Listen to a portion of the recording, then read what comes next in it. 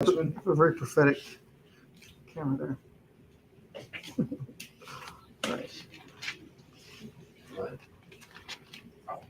Well, we have had a good oneg, and so in accordance with our scripture from Devarim 8, verse 10, it says, "So you'll eat and be satisfied, and you will bless Adonai your God for the good land he's given you." So let's do that.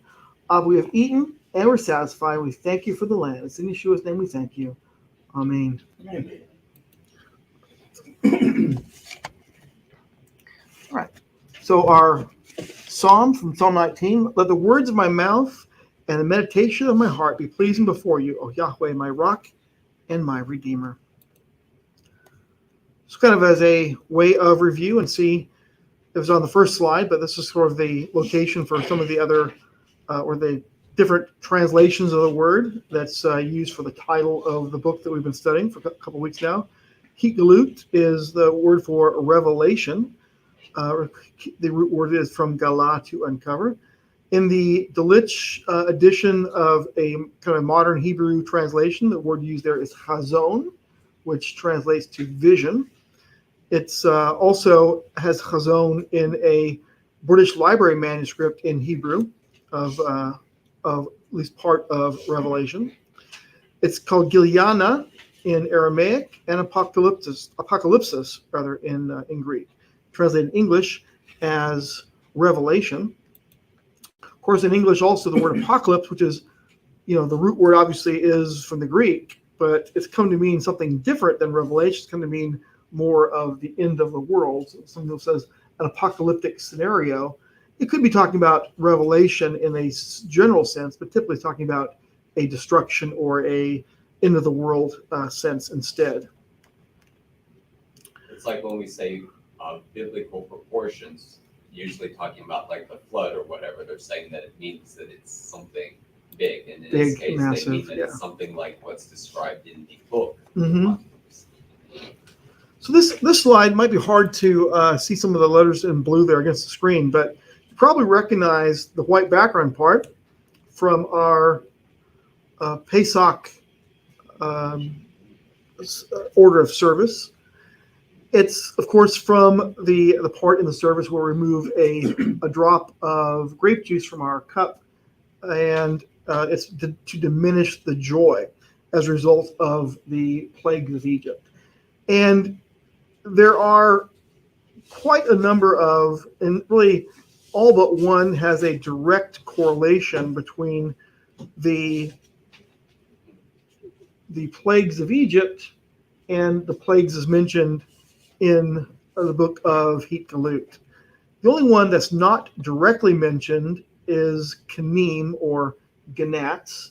That is, it's mentioned in a general sense in Revelation 11:3-6, where it says all the plagues, but it's not directly mentioned. And so one of the things that we do see from this, and it's often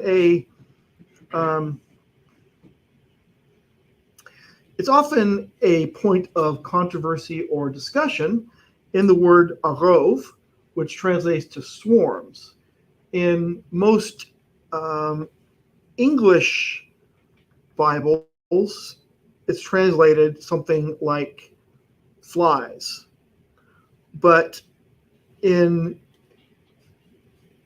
a rabbinic commentary, it's pretty much understood that arov means wild beasts. It's a swarm of wild beasts that cause destruction. Well, it appears to me that the winner of that argument are the rabbis in this case, not the English Bible translators, because in this listing of the plagues in Revelation, it's wild beasts that are mentioned, not swarms of flies. Yes. So in the Exodus, was a road translated as wild beast, or the wild beast wasn't flies? Well, why would it be translated if you speak Hebrew and it's in Hebrew? No, I'm sorry. Let me rephrase that. In 1611, it was translated into English as flies.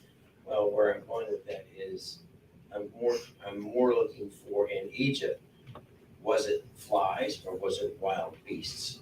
Yes, that's a good question. wild beast and flies.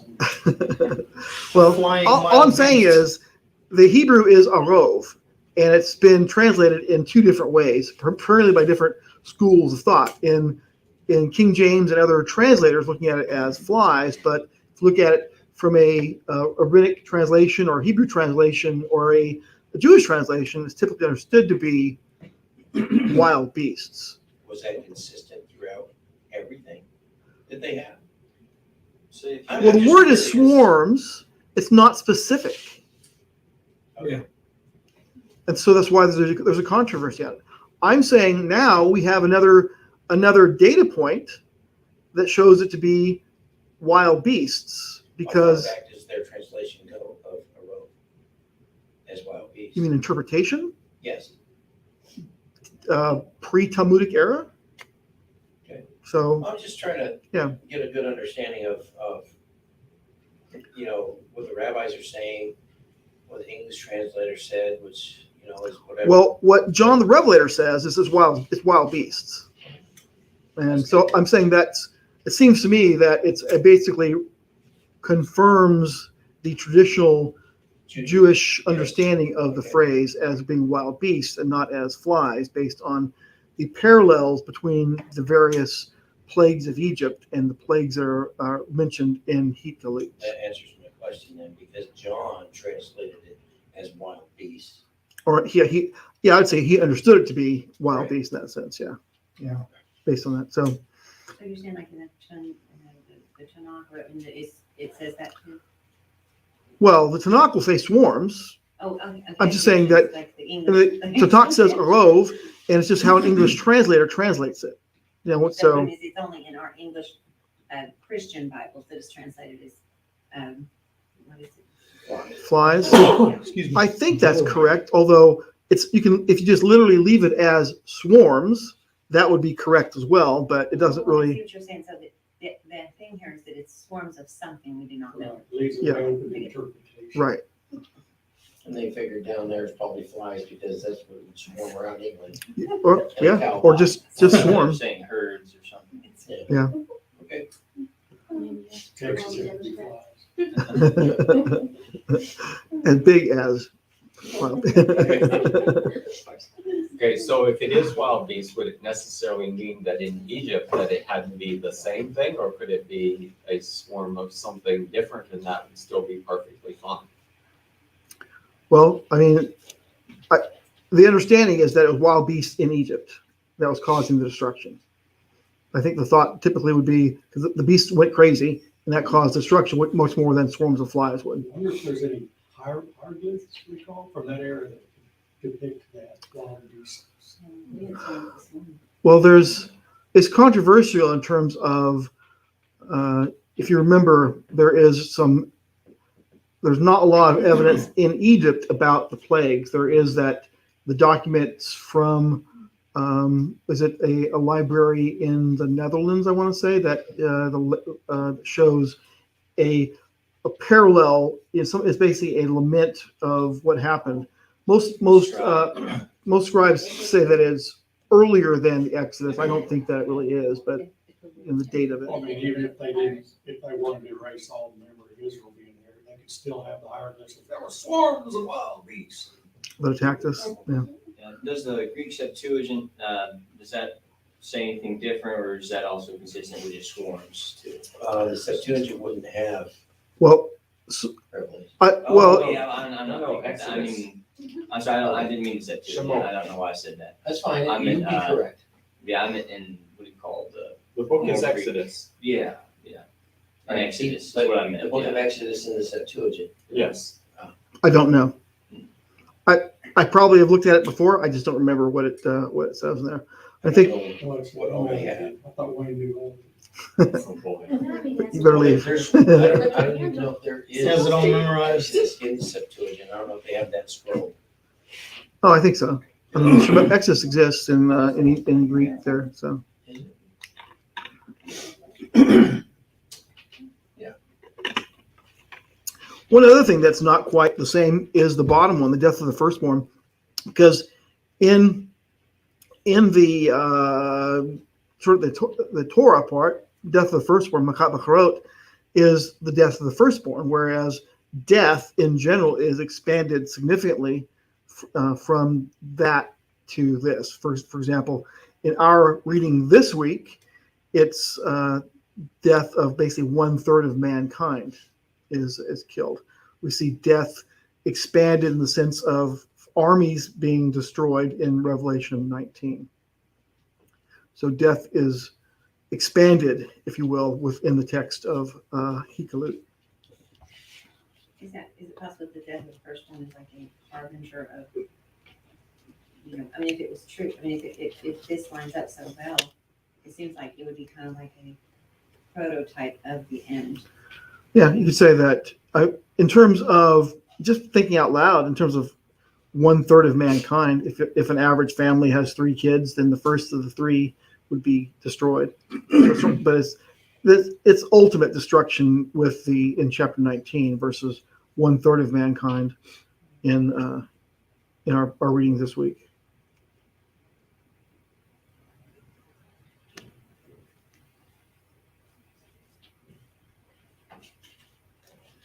The order isn't quite the same, and in some ways you look at some of the things come earlier.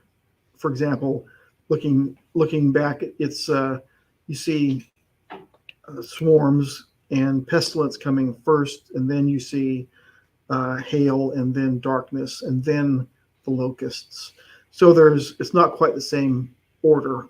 And some commentators I've seen listed as being in reverse order from this, but I don't really see that as being reverse order of the Exodus. I don't really see that from my read of where you find the plagues. So any further thoughts on this before I move on? The death first one? Well, in New King James, it doesn't say death of the first one, it just says, and the rest were killed. At least if I'm looking at the correct. Well, death of the firstborn is in Shemot. Isn't smoke. Is in Exodus. Oh, okay. So yeah, all these So it's not with the white background are from the Exodus versus.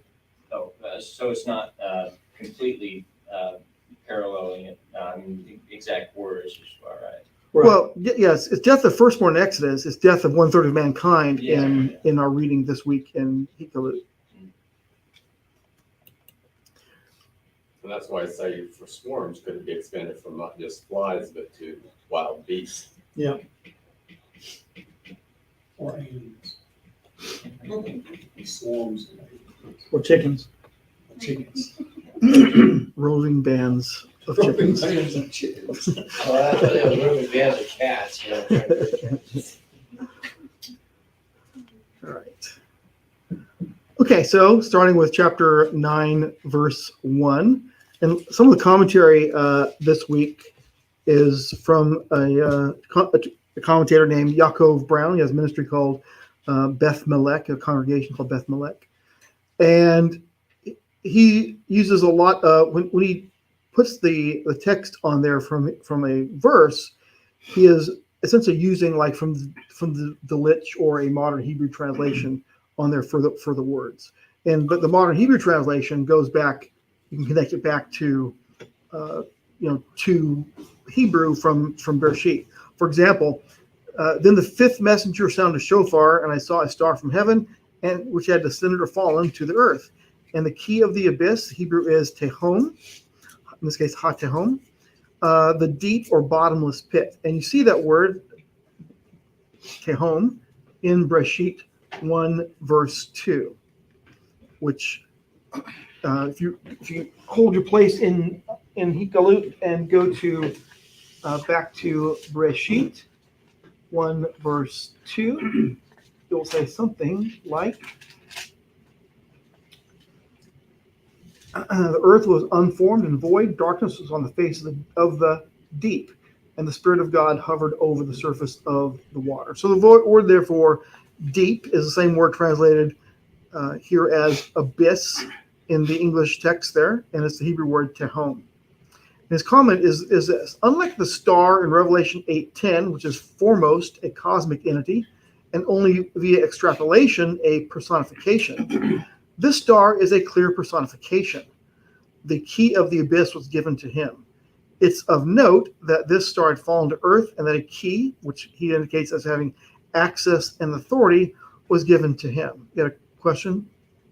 Yeah, the word abyss, is that the word that's used in the Greek? Yes. Do the Greeks translate that as the deep? No, but in Hebrew, it's the same word for abyss and deep. I think I have a slide that talks about that Well, word, but I'm coming from the perspective that I believe that Revelation is written in Hebrew okay. and then translated into Greek. Hmm. So my thought is if they used abyss, because it could be used for the word deep, that's what they would have used. I'm saying it's the same word in Hebrew can mean abyss or deep. Yes, the same Hebrew word. Same Hebrew word means abyss or deep, right? That's, yeah, and so when they say abyss here, when they translate it into English, Well, abyss is closely related to the Greek word there. I mean, abyss is like a transliteration of the Greek word for Okay. abyss. okay, that makes sense. So like baptism is a translation of baptisma. Yes. Someone on Facebook said, Wayne, can't you send me the script you just removed? Thanks. So I read it. So I can read it. So I can read it. Okay. What script did Was I that just you? remove? Oh, the slide? Talking about the slide, maybe? Was it the slide? We don't know who you are, Facebook user. If you could just let us know and tell us exactly what you want, we can make it happen. Most likely. At least we'll try. You kind of waffled on I that. can post it in the group. If you just Yeah. post that slide in the group later. Mm-hmm. Can do that for sure. All right. His commentary continues. However, apocryphal Hebrew uses the terms fallen and descending synonymously. Therefore, the term fallen does not necessarily denote a fallen angel. The key, on the other hand, without doubt, given by Elohim to the messenger, either directly or indirectly. Commentary has been suggested that any number of possibilities for the star's identity, ranging from Nero, the Roman emperor, to Hasatan himself. However, I see nothing in the text that confirms beyond doubt that any of these suggestions is correct. What is clear is that the star messenger has no independent authority. He receives his authority from Elohim. The key opens the lock to the shaft of the great abyss, or the deep. There's some places where that phrase, Tehom, is mentioned. Genesis 1:2. We read Genesis 1:6, 1:7, 7:11, and Proverbs 8:28. This abyss is thought to have a narrow shaft-like opening that widens to a great bottomless chasm beneath both the earth and Sheol. The abyss, or the deep unfathomable prison, is often confusing to the reader and even more regularly misunderstood due to the similarity to Gehenna, the temporal place of torment in Sheol set apart for the enemies of Elohim. The abyss of Revelation 9 is not Sheol. It is important to note that the abyss is the intermediate place of punishment for fallen angels, demons, the beast, the false prophet, and Hasatan. The place of final punishment is the lake of fire mentioned in Revelation chapter 20. And here's a term that's used in the Gospels. And Yeshua asked him, "What is your name?" And the demon said, "I am Legion, for many demons had entered the man." Demons were imploring Yeshua not to command them to go into the abyss. That's from Luke 8:30 and 31. The apocryphal writings of Enoch support the idea that the abyss of Hebrew eschatology is seen as an entirely separate holding place set apart for the fallen angels and demonic beings. And the reference is places in the book of Enoch. So what do we learn from this about the abyss? Looks like it's a place for fallen angels. And there's a pretty good understanding of it that spans a pretty good long period of time. Right. So it's not something you first see in Hitgalut. It's like a concept that has existed for quite a while before that. Isn't But- I was just gonna say, is it the same thing as the pit? Yes, it's the same idea, same word in Hebrew would be the pit as the abyss, as the deep, the same thing.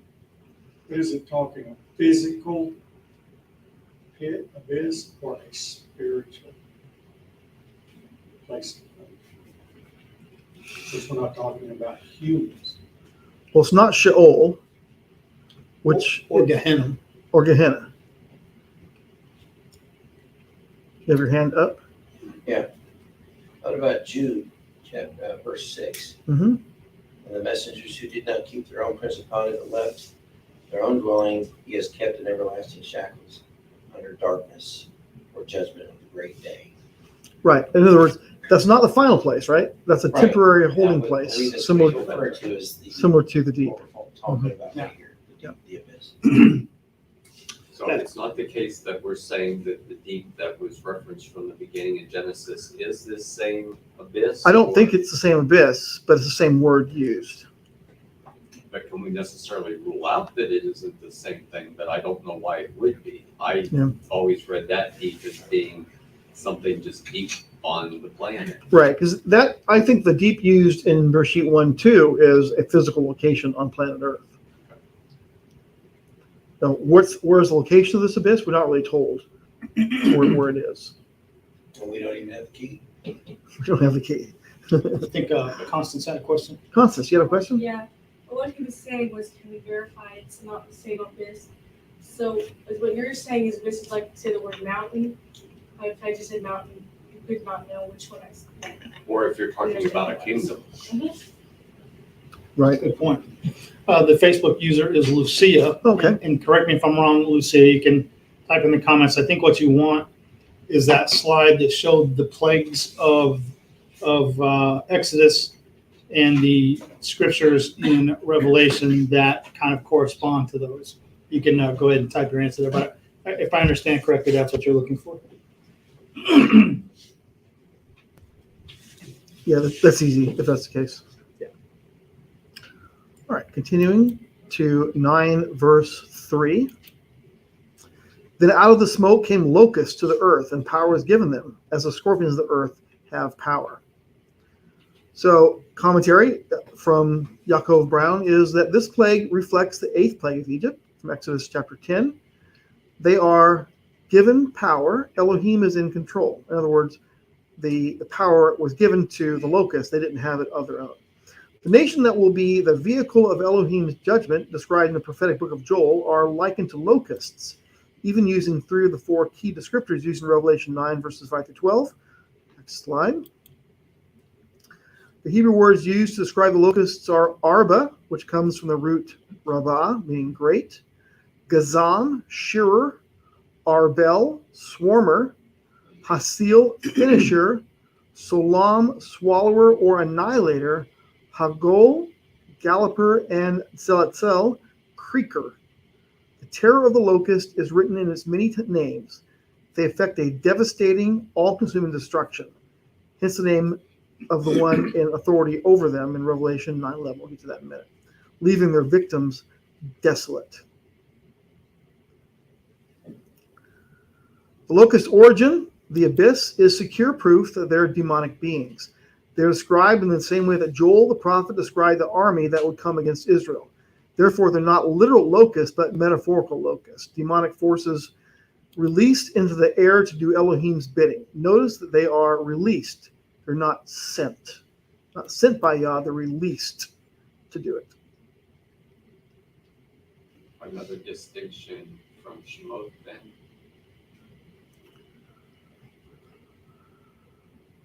Yeah, I mean, they're not literal locusts like it is in Shemot, that's for But sure. also when they were commanded to descend upon the land of Mitzrayim, or if they were simply Mhm. released to go about doing what they wanted to do. Right. These guys want to do this, seems like. Right. In the verse in 9:11, we get to that word Abaddon or Abaddon. The word there is interesting. It means the word destroy. I'll show you in the next slide. It says they have as a king over them the angel of the abyss. His name is in Hebrew is Abaddon, and in Greek he has the name Apollyon, destroyer. It's not unusual for this, but in the Aramaic text it says something similar, parallel, I guess. It uses Abado for destroyer, which obviously is the same root word as Abaddon, but in Aramaic his name is Shira. So in other words, it doesn't say Apollyon in the Aramaic text of Revelation. It says Shira, which is, Suggesting that both were well, I'm saying that the same thing. meaning the same thing, but it was like saying, if you said in our language, it's Apollyon. Well, the Aramaic text says in our language, it's Shira.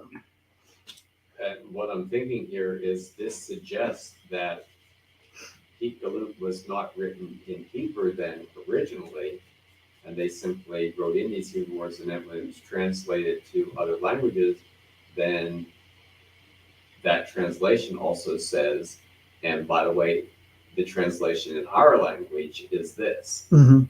Yeah, the word this verse itself talks as if that the author is thinking in Hebrew because he was getting the dream in Hebrew, but perhaps the passage written in the Revelation text we have was written in Greek, but it was based on probably a Hebrew dream, is my guess.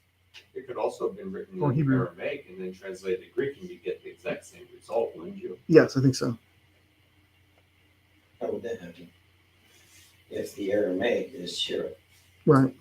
Because he would have said his name in Hebrew is Abada, and in Aramaic his name is Shira. And then when they made a Greek translation from the Aramaic one, it would have still said in Hebrew its name is Abaddon, and in which being translated is then Apollyon when they made the Greek translation from the Aramaic. Yeah, they so would have same, yeah, fixed same that. It result. could work the same way. Yeah. Sure could. So if you're looking how to spell, it looks like it's spelled Avadon in the Delitzsch modern Hebrew text that you see below, where it says Delitzsch, because there's no dagesh in the middle of the Beit. So here's where you see that word Abaddon or Avadon. In New American Standard, it actually spells it out as Abaddon. In the New King's translation, it translates it as destruction. You see, New King's also translates Sheol as hell, which I think is not a good translation necessarily for that. I wonder what it is in King James. I'm guessing it's destruction, but I don't know. That's Joel.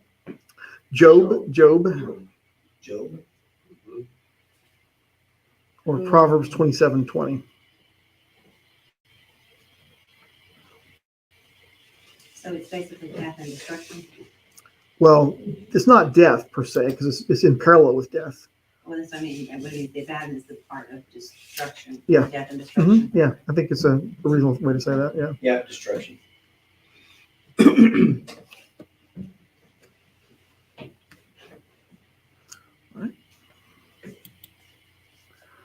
So you also see the several times just the destroying angel mentioned in Hebraic text, especially in the Zohar, which of course is basically a mystical commentary on the Torah, essentially. Here's a place where it's mentioned in the Zohar and Bereshit 104a. We have thus been taught that when the Holy One loves a man, he sends him a present in the shape of a poor man, so that he should perform some good deed to him, through the merit of which he shall draw to himself a cord of grace for the right side, which shall wind around his head and imprint a mark on him, so that when punishment falls on the world, the destroyer, Abaddon, raising his eyes and noticing the mark, will be careful to avoid him and leave him alone. And that's from it's not Torah, it's not scripture, but it's from the Zohar. I was going to ask that mark. Because it turns out later on, those who don't have a mark, Mhm. not to touch the ones with the mark on their head. Yeah, and it's the same concept, I think, from there as here in the Zohar.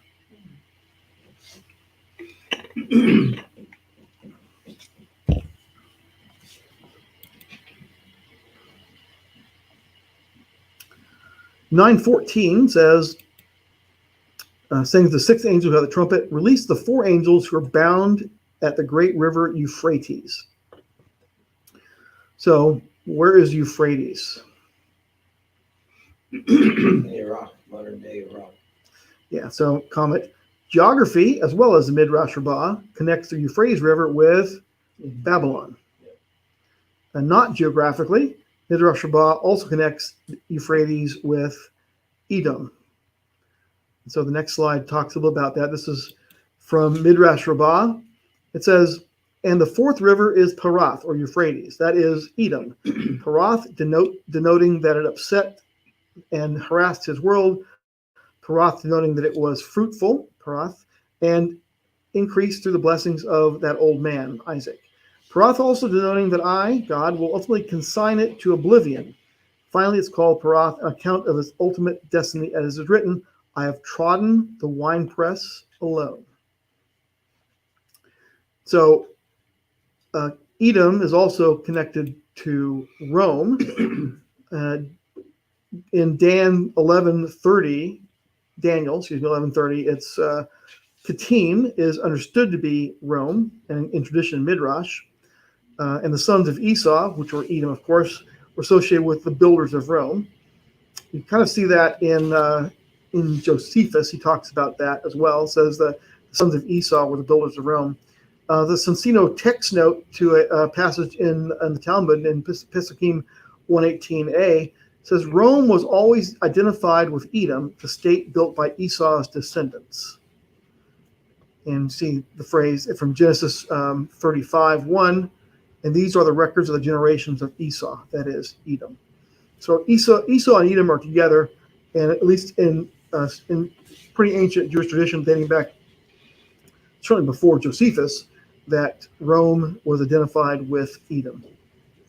And of course, Edom is identified with Euphrates. So Euphrates is identified with Babylon, so that's where all those become connected.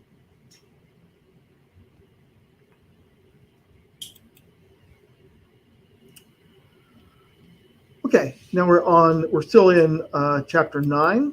This is verse 18. A third of humanity was killed by these three plagues. So sorry to scare you, Constance. A third of humanity was killed. And the fire and the smoke and the sulfur which proceeded out of their mouths. For the power of the horses in their mouths and their tails, for their tails are like serpents and have heads, and with them they do harm. Yaakov Brown's commentary, if we interpret the plagues metaphorically, we see them as forces that issue from the vehicles or horses of the army, of this army. The power that brings these plagues comes from before the mouth and behind the tail. The hatred in the intent of this army is witnessed both as it approaches, and in the aftermath. The tails, like serpents, which he says is a demonic symbol, attack those who have been wounded and have fallen in the wake of the army. So stop there for a moment. Who does that sound like in Israel's history? Who are the ones the Amalekites, exactly right, yep. From a Hebraic perspective, this brings to mind the torment which Israel suffered during the snake plague in the desert.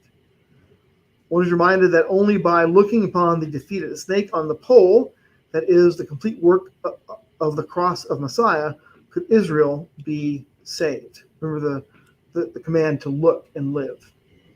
Mm-hmm. Chapter 9:21. Nor do they turn from their murdering, their involvement with the occult and with drugs, their sexual immorality, or their stealing. I think in the King James, as you're reading today, just had sorceries, where this has occult with it and with drugs. Comment. Though we witness the deaths of thousands on the nightly news, we continue to look for ways to free ourselves in our own strength, saying, we don't need Elohim. We have science, medicine, technology, space exploration, other spiritual forces, self-deification, inner power, pride, and a new morality. We will rule the universe, we say.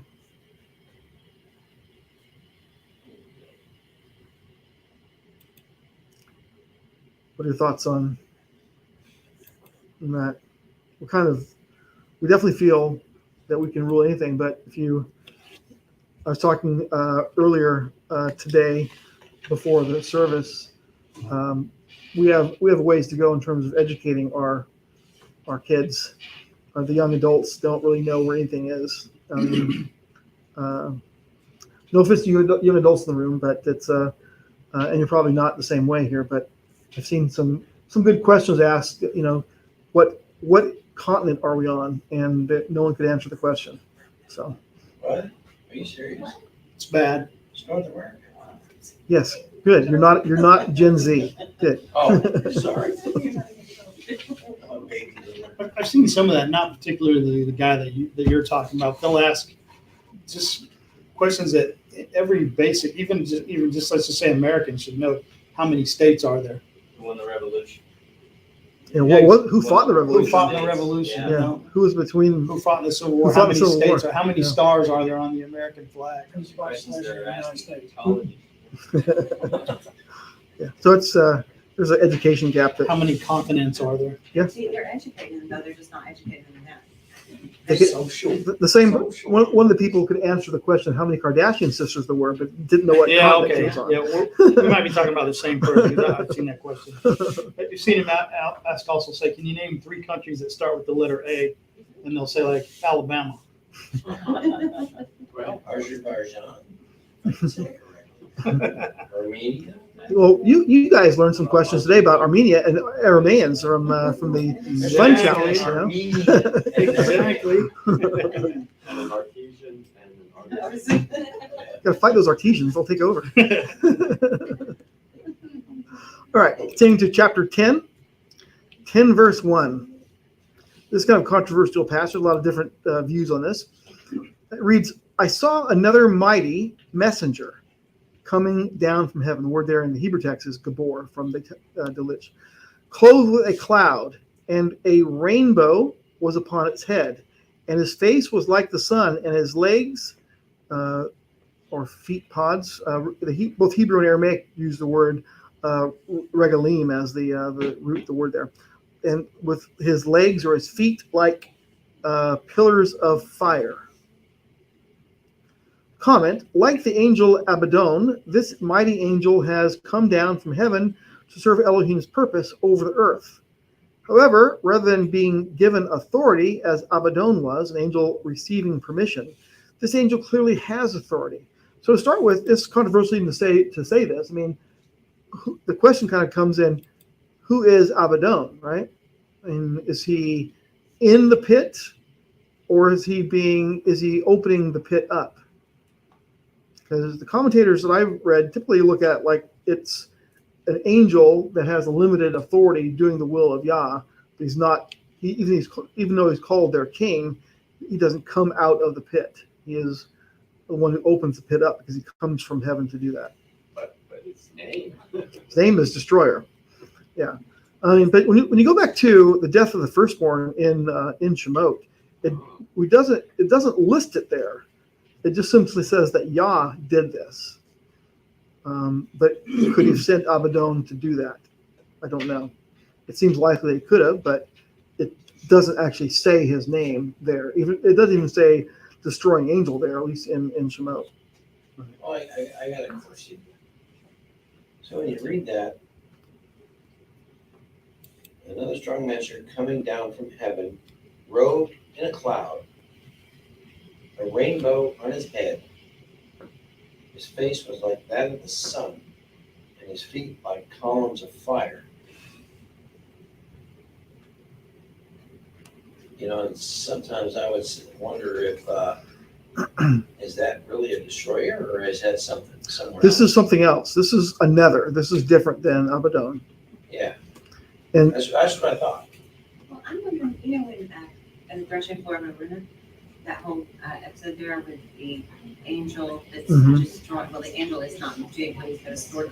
Does it say there that God did that, or does it say that, I mean, you know what I'm saying, is it the same kind of thing? I mean, is there like literally like a death angel? I mean, like I didn't find that phraseology in the text of Shemot itself. it's often commented on that's how it happened, but it doesn't really directly say that I found. But you mean in the Exodus? In Exodus, It yeah. doesn't say the death angel? No, Like, I didn't see it there. okay, but I'm just saying, It does say destroyer. well, I know, but I'm just saying in the one with David, I mean, they were dying. And it was from God, because it said that God punished, and I'm pretty sure it was a punishment from God. Mhm. And it was in the form of an angel doing something, you know? Yeah, but Charlton Heston wasn't. Well, it seems to me like the description of the bad one, it kind of sounds, it sounds like almost like it might be like a jailer or something like that. It's something to that degree. It doesn't sound, The executioner, you mean? yeah, well, that's. Yeah. You know, And the that's a good executioner- word. The executioner works for the king, right? The executioner carries out the mission of the king. It's not the dream job that you thought of when you got the job. Continues comment. Abaddon was given rule over a single element of the outworking of Elohim's plan, whereas the angel, by placing his feet on land and the sea, having come down from heaven, shows that his authority is over all creation. Surely, the angel Gabriel received the title mighty as reflection of the mighty El whom he serves. Therefore, the only other angel or messenger that can bear this title is the angel of Hashem, who is the Malach Shel El Shaddai, the angel of Elohim Almighty. What is clear is that each of the symbols that make up this angel's appearance are direct representations of Elohim himself and denote his presence and participation in the words and actions of this mighty angel. If this angel isn't Yeshua, he is most certainly the manifest representation of both the Father and the Son. Again, that's Yaakov Brown's commentary for the angel listed in 10 verse 1. I agree. I'm not necessarily certain I like that. Of course, this is just a midrash, but not just married to that idea. Not that I have a better explanation, but one that I can put pen to paper and show you, hey, look at this word here. But there's still another archangel that nobody ever mentions named Samael, Which means destroyer or poisoner. Mm. So, angel of the presence. yeah, right. Which could be which one, Abaddon or Gabor? This angel that we're talking about right here, possibly. I don't have any evidence that that's the case. I'm just saying, in my mind, it pops out. You know, if Michael is the right hand of Elohim, they say Samael is the left hand, right? Well, if you go back to the slide that has 10 verse 1, an argument against it being Yeshua might be, I saw another mighty messenger coming down. Yeah. So it's like the same level as other mighty messengers. Right. Which would And be Yeshua is well above that. them. Yeah. Mhm. So that's what makes me think of Samael. I'm not saying it is. I'm just Right. Just makes me think of it. Could it be Michael? Well, Well, he is mentioned. he's when- mentioned already as is, yeah. and is already present. The name of this angel isn't mentioned. The name isn't, but it's a mighty one, right? And Yeshua is certainly not as low as one of those. Daniel Gregg comments on this, getting further down into chapter 10, verses 5 and 6. This is his translation. And the messenger whom I saw, which had been standing on the sea and on land, lifted up his right hand to heaven, then swore to him who lives for all the ages of the ages, who created heaven and things in it, and the earth and things in it, and the sea and the things in it, that there will be no more delay. He starts off basically with a longer preamble that says, some deny that this messenger is Yeshua, signing the oath in 10:6 as not appropriate to Christ. But a form of this oath appears in Daniel chapter 12, verse 7, spoken by the man clothed in linen, which the Son of Man episode. One may as well suppose that it was not appropriate for the Messiah to pray to the Father either. So Daniel Gregg also, I guess, concurs with Yaakov Brown, thinking that this messenger is Yeshua. Yes.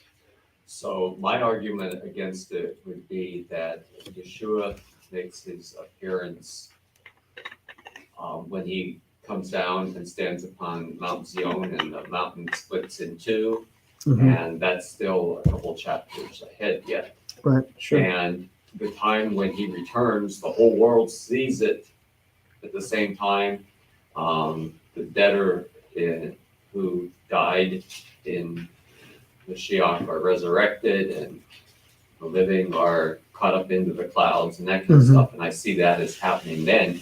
And it wouldn't make sense to me that he'd made a previous appearance. So I would say this all has to be prelude to that.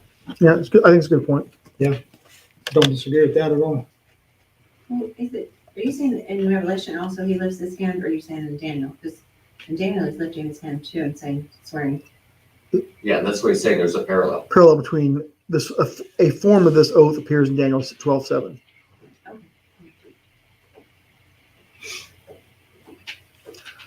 So I'm on Revelation 11:1. Unless you have anything in chapter 10 you want to discuss. 7 thunders. Okay, go ahead. Sure. What did they say? What does the seven thunders say? It's in French. I don't read that. Okay.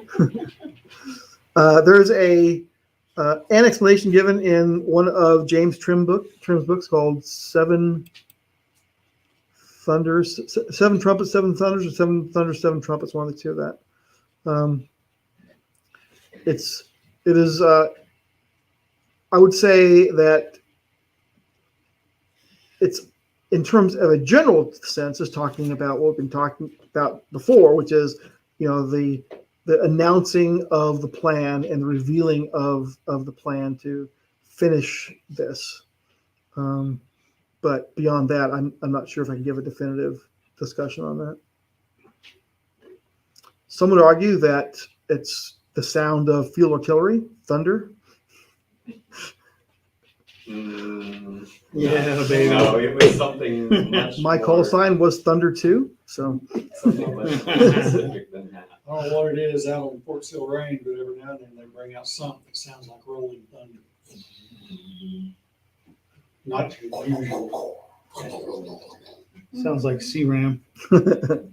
which wouldn't quite, well, it's, yeah, different thunder. Oh, or rockets. They don't. Well, when a rocket's launching out of a HIMARS I don't know or what a rocket. a 270, This is rolling. BBQ. Like, I've heard it on thunderstorms back east when there's a lot of hills and stuff around. You just hear it. The aftermath just rolling through the hills. But I'm satisfied that Seven Thunders said something that could have been written down in words. It wasn't just sounds. especially when he was told not to write it down, right? Yeah. You must have had that. Don't write that. Can reveal only so much. Well, you had a little book. Then he Yeah. did. Whatever he wrote. Why did they write it down, or just gonna eat it anyway? That's funny. Sorry. 11:1. So next vignette is the two witnesses. I was given a measuring rod like a stick and told, get up and measure the temple of God and the altar and count how many people are worshiping there. The court outside the temple, leave that out. Don't measure it because it has been given to the Goyim, and they will travel over the holy city for 42 months. Also, I will give power to my two witnesses, and they will prophesy for 1260 days, dressed in sackcloth. These are the two olive trees and the two menorahs standing before the Lord of the earth, from Revelation 11, verses 1 through 4. So the reference for the two witnesses, of course, is from Zechariah chapter 4.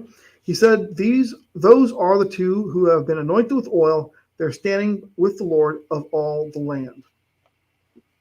You see reference to that a couple times in the Gospels, Matthew 17, Luke 9, Mark 16, and Luke 24. Numerous candidates for the two witnesses have been proposed, including Enoch and Eliyahu, Moshe and Eliyahu, the two houses of Israel, Ezekiel and Yochanan, the author of the Gospel and Revelation. I saw that proposed as a potential for that. Here's the commentary from Stern on the Jewish New Testament on the next couple slides. In the context of Zechariah 3 and 4, the two anointed ones are Joshua the Cohen, Haggadol, and Zerubbabel the governor. Various Midrash traditions identify them as Aaron and Moses, Aaron and David, Aaron and the Messiah, possibly Mashiach ben Yosef and Mashiach ben David. In the Talmud, Rabbi Yitzhak calls the scholars of Eretz Israel the anointed ones, Bnei Yitzhar, literally the sons of clear oil. because they debate amicably, and those of Babylon, the olive trees, because their disputes are bitter like uncured olives.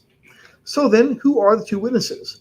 Often they are said to be Moses and Elijah, but since these appeared with Yeshua at the Transfiguration.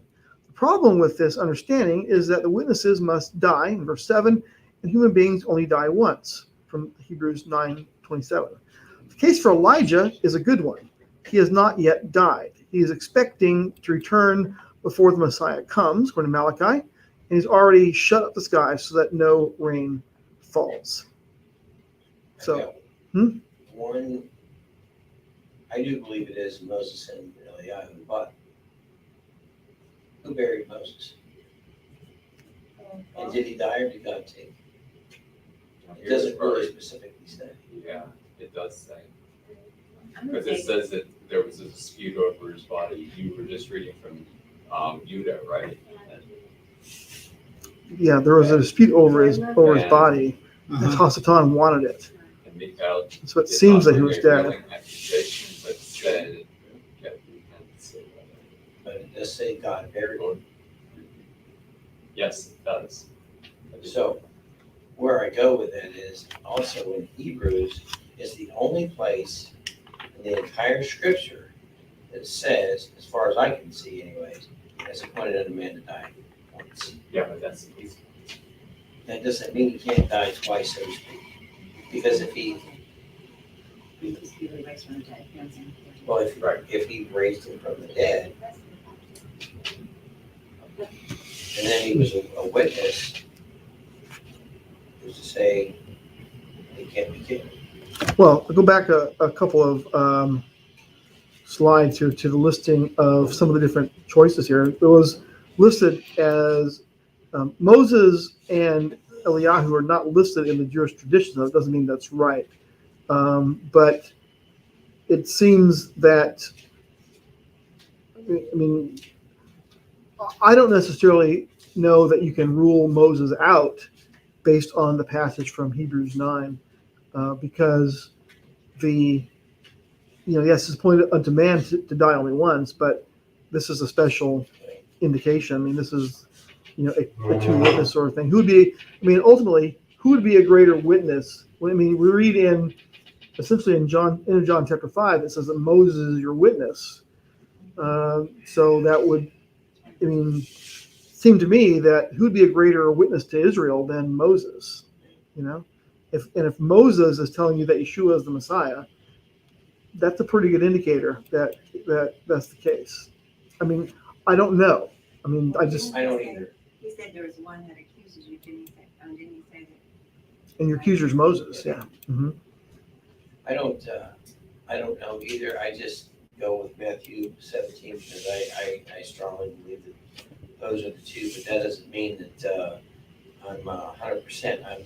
I'm just like, well, that's what I see. Mm-hmm. It could be Enoch and Eliyahu. Right. They never died. Yeah. So could it be anybody else? I don't know. But I do go with that one for right now. So that's in the little box sitting on the shelf until something else changes. Sure. I sometimes like I like the idea of Yosef and Judah. That would be interesting. Not necessarily just two individuals, but the idea that these two houses, so to speak. Constance, you had a question? Yeah, I'm saying, how would they know that it was Moses and Elijah? Well, that's it. We don't. That's why we're talking about. I mean, how did the disciples know that it was Moses and Elijah? Oh, at the time of the transfiguration. Yeah, Oh, yeah. that's a good question. It just says they were, doesn't it? Yeah. It's a good question. It resembled their picture on the stamp. Hey, going back, No. going back to, so we had a Facebook, I think this is probably Benjamin Cleveland, if I'm not Okay. mistaken. It says, not sure if these were the verses it was mentioned, but the locust that had the sound of horses and had a sting in its tail sounded very much like helicopters using nerve gas from a first century perspective.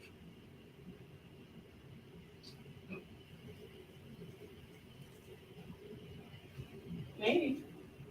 There you go. Somehow I don't think so. Yeah, the sting coming out of their tails doesn't quite get with it.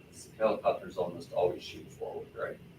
Do you think the Yeah. Moses thing could have been because Moses didn't have a chance? Remember how he was punished by not being able to go into the land?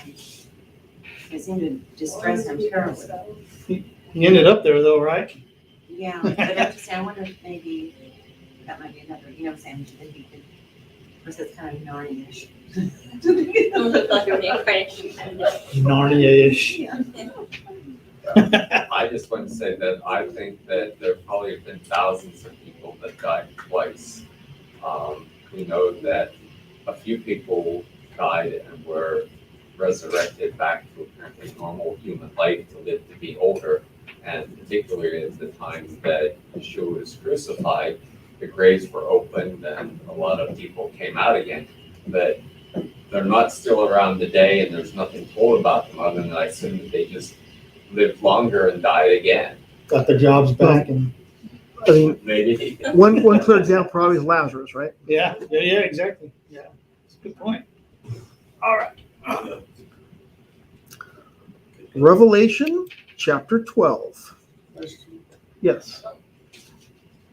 I was wondering why, when it comes to two witnesses, why is everything that precedes this chapter in Revelation is really, is always interpreted, it's taken to be figurative and not literal, and is, interpreted, through symbolism.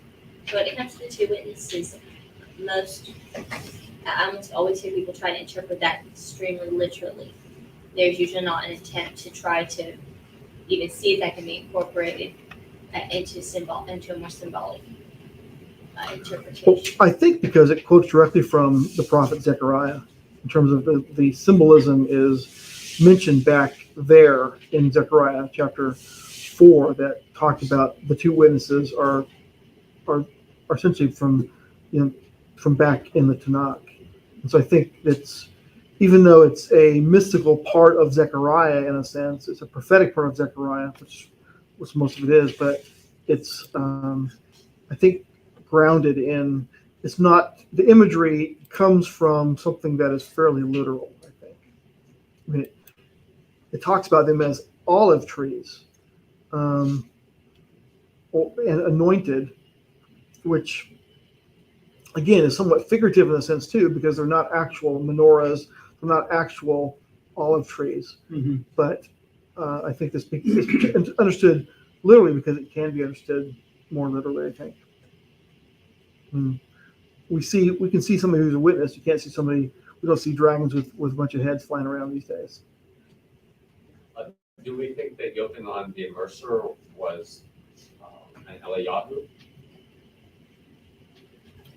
There's definitely an argument for that, at least in the spirit of Eliyahu for sure, but So can the two witnesses then also be in the spirit of, say, Yes. Moshe and Eliyahu?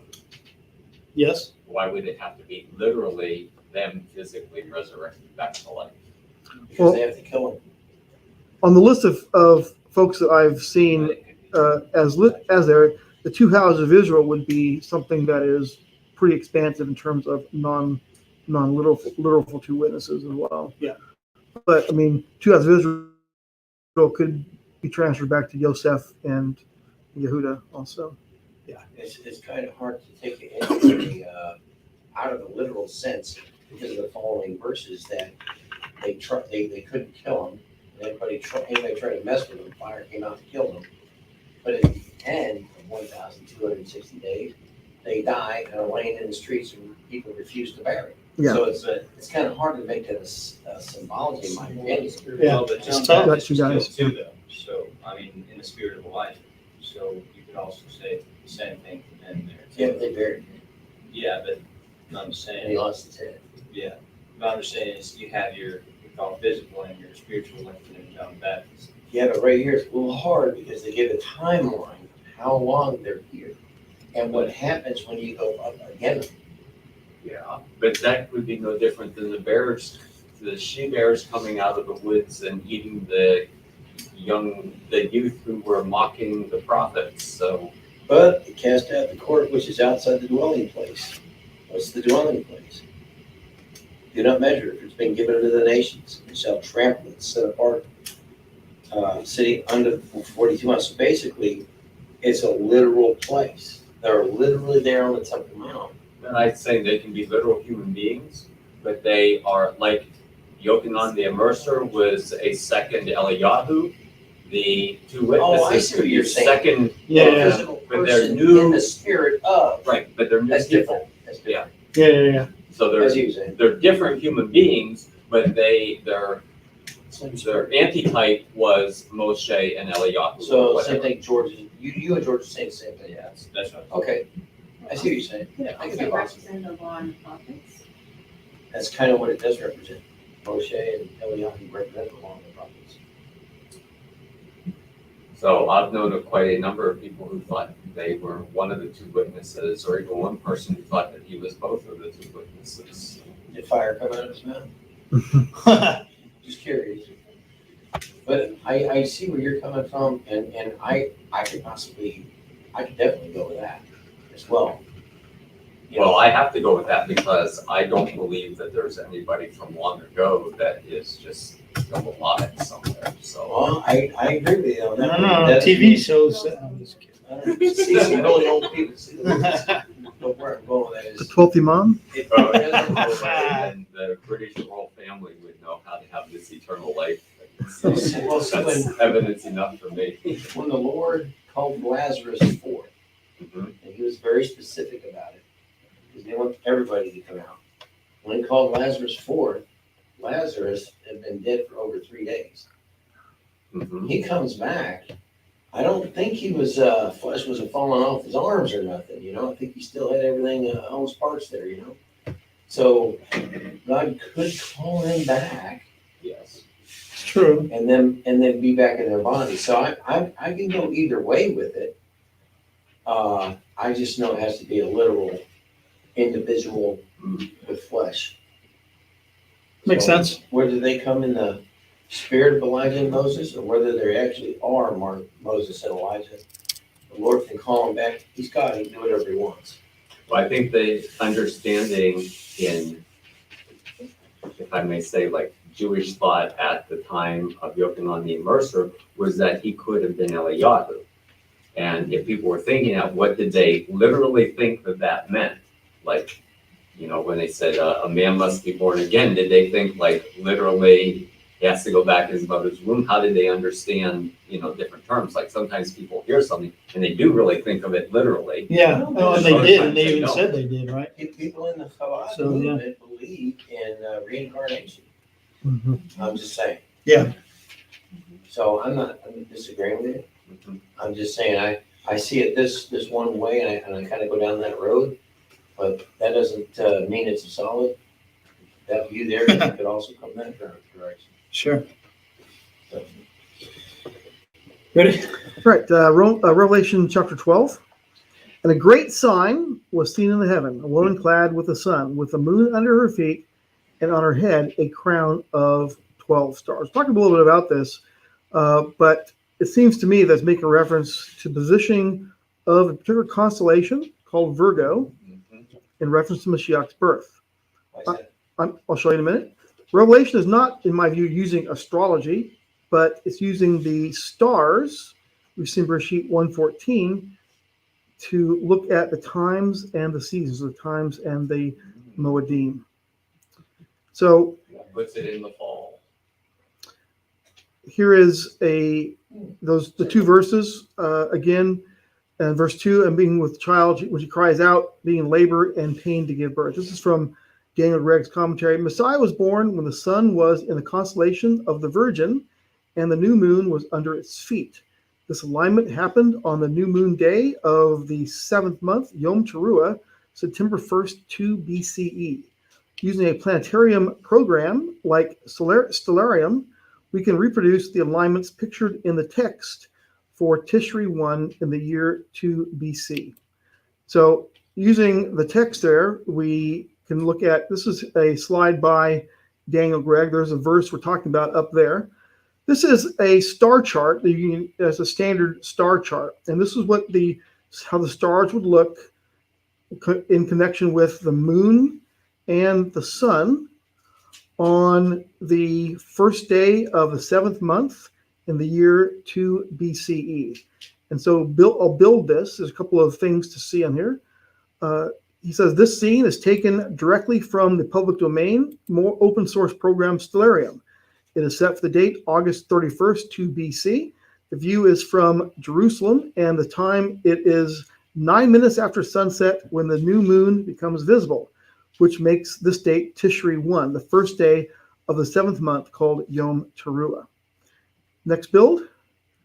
The Yalop rating for the new moon is A, easily visible. 1 day earlier, the moon could not be seen, and 1 day later, the moon would not line up under the feet of Virgo. So these are the feet here. You might think that under would be on this side of it. The moon never actually, I don't think, appears on there. So it would be under it would be the 2 feet are here, and it's below it, if that makes sense. So it's under from the Earth perspective. It's under the feet. Next build. The sun is only in this position in the fall of the year. The woman is never clothed with the sun at any other time. The sun only spends 45 days in Virgo and only about 5 days next to the shoulder, at which position clothed with the sun makes the most sense. Is there an issue with the Battery's getting low. So the position of the sun here is clothed with the sun, which would be again fall of the year. But and there are actually 12 stars here of magnitude 6 or less, i.e., which can be seen by the naked eye. These are the 12 tribes of Israel, and they show up. There's the 12 stars. You can't really see it before it's lit up here in terms of where they are, but those are the stars that would be around Virgo's head, or the woman's head in this case. And when is, now would that be in the east, or would that be in the west that you can see the stars? It doesn't matter. It's wherever the sun is. No, you can't see the stars if that's what you're asking, because the sun's too close to them. So it's during the day? What does it? So yes, the sun is up during the day, so those stars are up during the day. So the stars that you see at the beginning, it would come up, that would probably be about maybe 45 minutes before sunrise. The furthest star down on there would come up, and then it will set about 45 minutes before the sun sets. So you can never see it during the day. If that is over Israel, though, versus here, could you possibly see the stars? No. Well, I think it's not on the slides here, but I believe that he set it for the viewing location to be Jerusalem. That only affects the position of the moon. The rest of it is the same, no matter really where you're looking at it. Right. What's up and down changes depending on where you are. Mm-hmm. Because the ecliptic there, if you're on the equator, your ecliptic is going to be sitting fairly flat. So as you go north, it's going to be more and more tilted. So where I'm looking at that is, there's got to be a point where you can see some of those stars in the evening or in the early morning. In a different time of the year. Okay. But when the sun is that close to them, it's just like how you can't really see Wash them out. a new moon. It's a complete washout. Interesting. So continuing on with the commentary is that when you look at this picture here, in Revelation 12, it's going to get to it in his words, but it's painting a picture of a great event in history, but there's also some links to potential future events as well in terms of who the woman is. So I often hear the objection that Revelation 12 is only a prophetic passage of the future. We have to take the only out of that statement to make it true, because some passages have more than just one intended meaning. Excuse me. This one has at least two. One, the historical sense where the woman is Miriam or Mary, giving birth to Yeshua. 2a, prophetic sense where the woman is Israel fleeing Jerusalem in 66 CE. And 2b, a prophetic sense where the woman at some future date flees from the anti-Messiah. All of the above senses are valid. We should not put limits on the number of senses this Holy Spirit may wish to communicate in a text, we should be willing to see those most literal senses which correlate with the facts.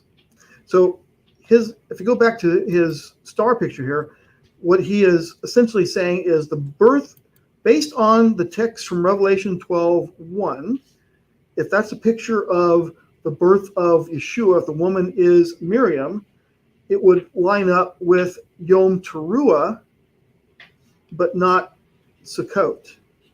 It'd be 2 weeks later. The stars wouldn't be in the same place. And it has to be this year, because in the next year on 1st of Tishri, I think the moon is further to the no, the sun is further. Doesn't line up with stars. On her, I think on her elbow or possibly her hand would be where the sun is on that day for sunsetting. But doesn't that depend on a whole lot of things, like that we actually know which month they even considered Tishrei back then? Because they might have been starting Tishrei in October, for all we know. Well, you can actually go back and see based on when the equinox is. You can I'm base. suspicious of August 31st. When you said August 31st, that just sounds a month early to me. So the equinox would have been around September 23rd. Right, but which would be before this, right? Huh? Which would no. This is more than 3 weeks before that. Right. So you're saying that it can't be? Well, you know that. I'm suspicious of Tishrei 1 being on September 1. That Okay. just seems awful early to me. So the calendar over the years, the Hillel calendar has drifted a little bit, but going back to then, I would find it more believable if they said on September 28th or something. So, I don't know. He's just trying to say that Messiah wasn't birthed during Sukkot. That's what he's saying. He says Yeshua's birth was on Yom Teruah. But he's also putting in a specific year on his. Because the specific year is only when it lines up this way. If you go 5 years later or seven, no, see, I think 5 CE would line up again 7 years later. And if you go a little bit earlier, you can get an alignment somewhere. And if you know when the month was, you might get sun alignment. But if we're saying the sun has to be on the shoulder, that's always going to happen around September 1st. So what he's saying is definitely Messiah would have been born on the 1st of Tishri. It says you. No, Yes. no, more specifically, the 1st of September. Well, it's first. I can't see the 1st of September. Well, so that's when you get the sun on the shoulder. So where you see the sun on the shoulder, that's September 1st every year. Where the month Tishrei begins can vary from that by weeks in either direction. But in this particular year, it was First of Tishrei. I've never seen the 1st of Tishrei on a September. I've seen it 3rd. First. I haven't seen it on September. That's on September. It's, And you know, 1st of Tishrei. Yeah, well, anyway, but that's a calendar issue then. And while I am certainly very sympathetic to the astronomical interpretation of this, I am not persuaded by the idea that it had to be exactly that particular date based on this. Okay, so you're saying that was every September 1st, that's, the sun is right there on the shoulder. It Right. can't be September 3rd, it can't be September anything. But It's I know September that- 2nd, August 31st, but it's going to be in that range. So the Gregorian calendar we use now still shifts a little bit because we have to throw in a leap day Yeah, every 4 years. So yes, it will vary by 3/4 of a day sometimes, but it's not Right. going to be wildly the different. Hebrew calendar, It can vary by a month. It has a leap month. totally. Yeah. But at the same time, the Hebrew calendar doesn't necessarily line up with the 1st, say the 1st of Tishrei and the 1st of September. I've never seen. Right, that's the part that I am suspicious of. To me, when the sun is clothing the woman, the whole thing, I'm saying it's all washed out. So the sun is in fact clothing the woman, even if it's at her waist, even if it's at her feet. The sun is so bright by comparison that the whole woman is going to be washed out by the brightness of the sun. So to me, in my mind, So could it between be the- 3 weeks later? Yes.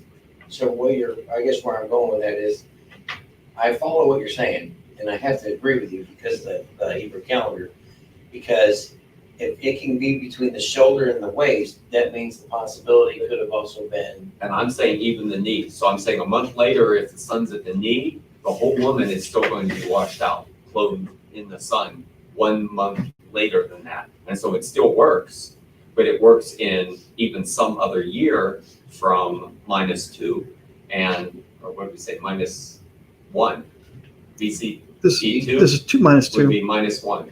Yeah. Well, 2 BCE lines up with a lot of other things as well that makes it What right in about- terms of the.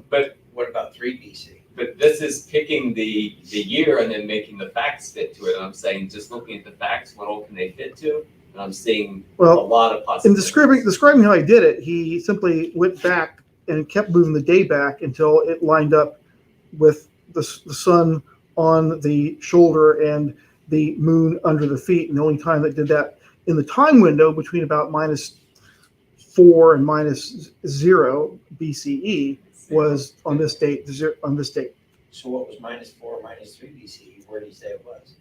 I'd have to go back, but it didn't line up with this. So when we use negative years, first of all, there is a 0, but this is how the astronomers do it.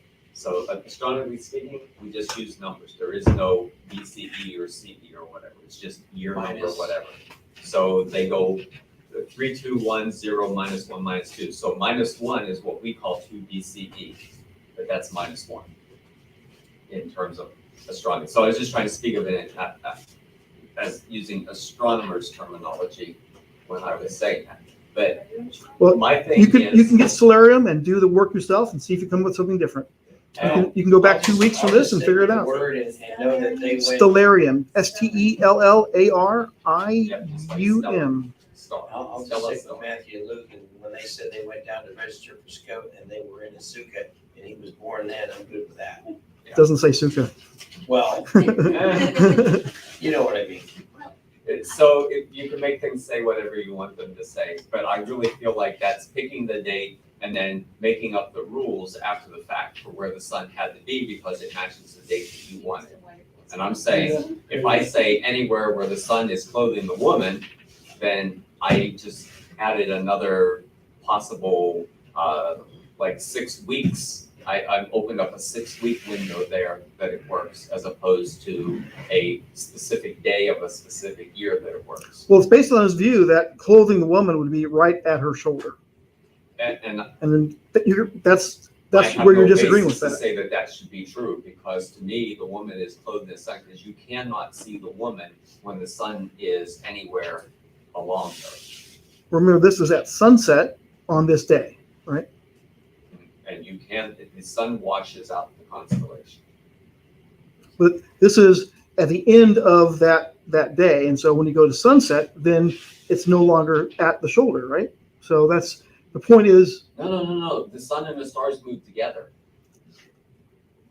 So but her shoulders set at the same time the sun sets. So it's not like the sun sets and then you can see her The shoulders. sun and the stars don't move at all. The earth moves. Right, so our appearance, Mhm. to us, how they appear to move, they are going together. So when you're saying sunset, well, also shoulder set is what I'm saying. So it doesn't matter that the sun sets. When the sun sets, the shoulder sets, you never get to see it. He was born as a coat. more on Yom Teruah, But, or Sukkot, It's born on December 31st. 25th. Warning, All right. Will Robinson. Chapter 12, verse 3. We only had 2 verses. Then another sign appeared in heaven, and behold, a great red dragon, Tanim, devourer, tormentor, having 7 heads and 10 horns, and on his heads were 7 crowns. The second sign, comment, is the dragon is Hasatan, the adversary.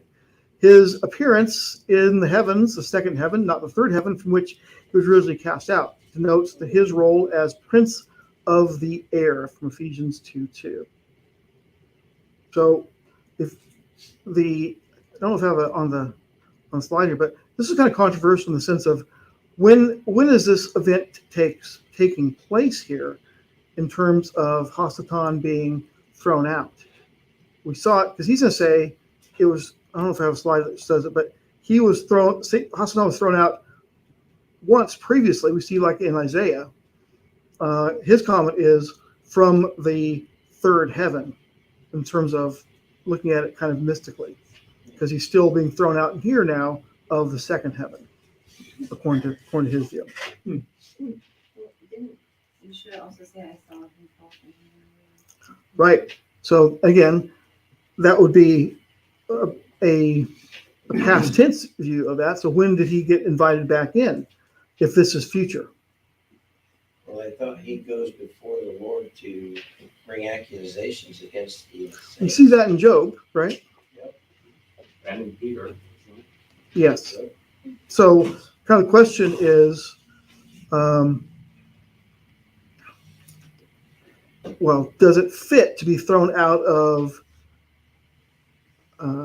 third heaven in Isaiah that he was talking about, and now in the future being thrown out of second heaven? That's what the argument that Yaakov Brown is making here. What do you mean second heaven? The stars, the sky, Like our Yeah. heaven? our astronomies, I guess. Or something more Kind of hard to go. Hard to go, yeah. Use somebody if you can't get back to the third heaven. Then. right. Well, if you get the second heaven, Well, maybe it's one step back then. I don't know. Yeah. Once it's all the way to the throne, the second heaven is at the door. I have to disagree with that part.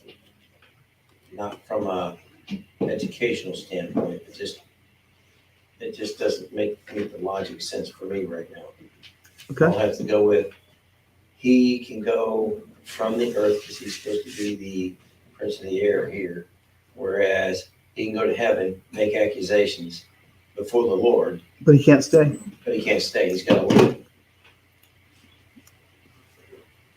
So at some point, he finally gets booted, Mm, the big boot, you might say. And now he can never go back because he's, right. He's been tossed. Yeah. and Isaiah may be referring to that very thing.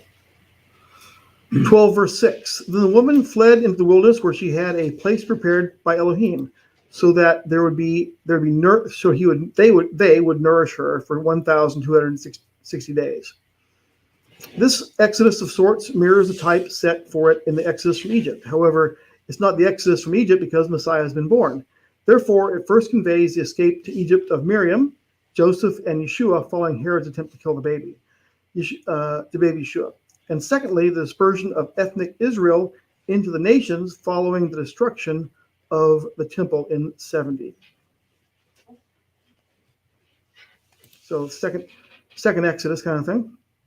Then verse 14, then the two wings of the great eagle were given to the woman in order that she may be flying into the wilderness, into her place where she was fed for a time and times and a half from the presence of the serpent. My comment, this is the second Exodus. Celebrating Sukkot is a rehearsal for fleeing into the wilderness to the place of nourishment prepared by Yah. And, of course, verse 17. The serpent was enraged with the woman. Then he went off to make war with the rest of her offspring who keep the commandments of the Almighty and hold to the testimony of Yeshua. So, my comment again, serpent especially hates us, those who keep the mitzvot, and hold the testimony of Yeshua. Yeah.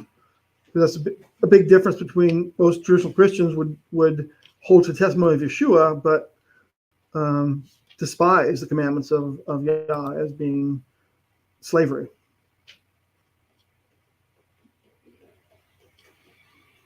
Thoughts on this? Last slide. Of course, there's a several minute delay, and I'm sure somebody wrote, is it referring to Petra in Jordan? I'm It's a not, place of safety. Place in the wilderness. Well, if in the sense of, remember there are the three listings of the woman was the birth of Yeshua, the fleeing before the temple was destroyed, and the third one would be fleeing anti-Messiah. So they could fit the type and shadow of number 2 there, fleeing from the Romans when they first started waging war, 66 CE. Well, I do think it is Petra though. Petra seems to be a spot where once you're there, if the earth opened up and you could swallow those, as it says in scripture, Petra would be a pretty good spot. It's got running water. It's got a lot of things in it. The problem with Petra is water, Yeah. because the well, the Nabateans built that canal or whatever that goes from the well, Wadi Al Musa, down to, into the city area. And the reason it's not running now isn't because the well isn't working. It's because that the methodology of getting it there has been broken. And No, I it's heard the Jordanians put running water in there. I don't know where they got it. So Was that a recent thing? yeah, a couple of years back. But anyway, it's also at great risk of flooding, so it really would depend on the earth being able to open up and swallow any floods that came after it, because that is a Rift Valley place. runs right around there somewhere. Steve Mosher was at Sukkot at World a few years ago, and he was saying that he had felt like he kind of had a, what do you call it? Premonition. Just had saw something that he thought that it was going to be back to Sinai. That, that God was going Like an to, Exodus to Sinai. yeah, take people back to Sinai. He gave us scripture for it, and I don't remember. That would be better than Petra, that's for sure. I would not want to have to live there. I think it's the Pretty desolate. It's coming from laws or something like that. It's something about There was something, it was an interesting. Anyway, a whole dissertation on it. It's There's interesting something, theory. it's almost like something he had newly kind of changed his idea or something. Is this a Messianic changes his mind on something? Wow. What? Unheard of, unthinkable. What? Wow. Well, either way, Hasatan is not able to get to them. The Bible says there will be streams in the desert. That's a Facebook comment. because there's not a lot of streams at Petra right now. No, but there could be, but I do like Mount Sinai. It's a choice a bit better. As in Saudi Arabia, you mean?